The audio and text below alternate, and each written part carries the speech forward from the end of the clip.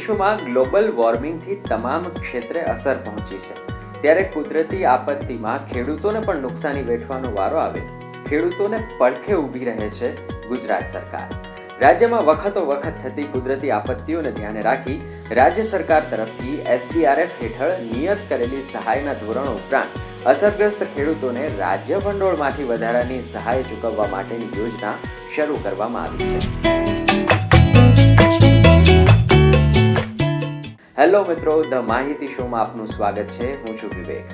આજે ફરી એક નવા એક્સપ્લેનર વિડીયોમાં વાત કરીશું કૃષિ, ખેડૂત કલ્યાણ અને સહકાર વિભાગની કુદરતી આપત્તિઓને કારણે થતા પાક નુકસાની માટે ખેડૂતોને સહાયની યોજના વિશે. આ યોજના અંતર્ગત રાજ્યમાં કુદરતી આપત્તિ જેવી કે ભારે વરસાદ, પૂર, વાદળ ફાટવું, વાવાઝોડું, દુષ્કાળ, કરાની વૃષ્ટિ જેવી કુદરતી આપત્તિઓમાં ખેડૂતોને થયેલા નુકસાન વ્યાપક અને તીવ્ર હોય ત્યારે SDRF હેઠળ નિયત કરેલ સહાય ધોરણો ઉપરાંત અસરગ્રસ્ત ખેડૂતોને રાજ્ય ભંડોળમાંથી પણ વધારાની સહાય આપવા માટે જોગવાઈ કરવામાં આવી છે. જ્યારે કુદરતી આપત્તિથી પાકને નુકસાન થાય ત્યારે ખેડૂતોને નુકસાનની બાબતનો સર્વે કરી પ્રવર્તમાન ધારાધોરણો અનુસાર મંજૂરી આપી લાભાર્થીને સહાય સીધા ખાતામાં ચૂકવવામાં આવે છે.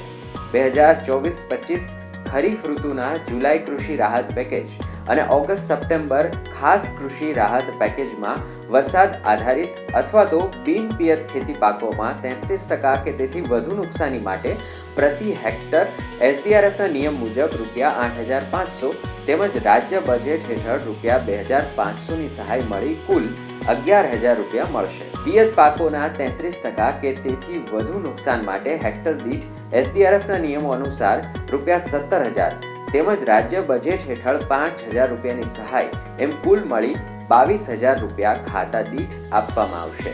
બાગાયતી પાકોમાં 33% કે તેથી વધુ નુકસાની માટે SDRFના નિયમો મુજબ ₹22,500ની સહાય ચૂકવવામાં આવશે. આ યોજનાનો લાભ મેળવવા માટે ખેડૂત લાભાર્થીએ પોતાના ગામના ગ્રામ સેન્ટરના VCE અથવા તો VLE મારફત ડિજિટલ ગુજરાત પોર્ટલ પર ઓનલાઈન અરજી કરાવવાની રહેશે.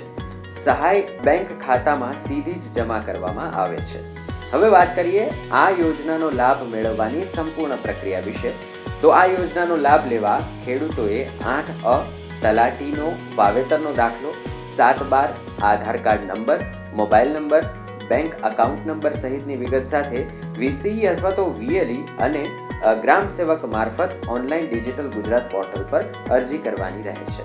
તો દોસ્તો, આશા છે કે તમને આ એક્સપ્લેનર વિડીયો ગમ્યો હશે. આવી જ અવનવી યોજનાની માહિતી સાથે એક નવા એક્સપ્લેનર વિડીયોમાં ફરી મળીશું. ત્યાં સુધી રજા આપશો. જય જય ગરવી ગુજરાત.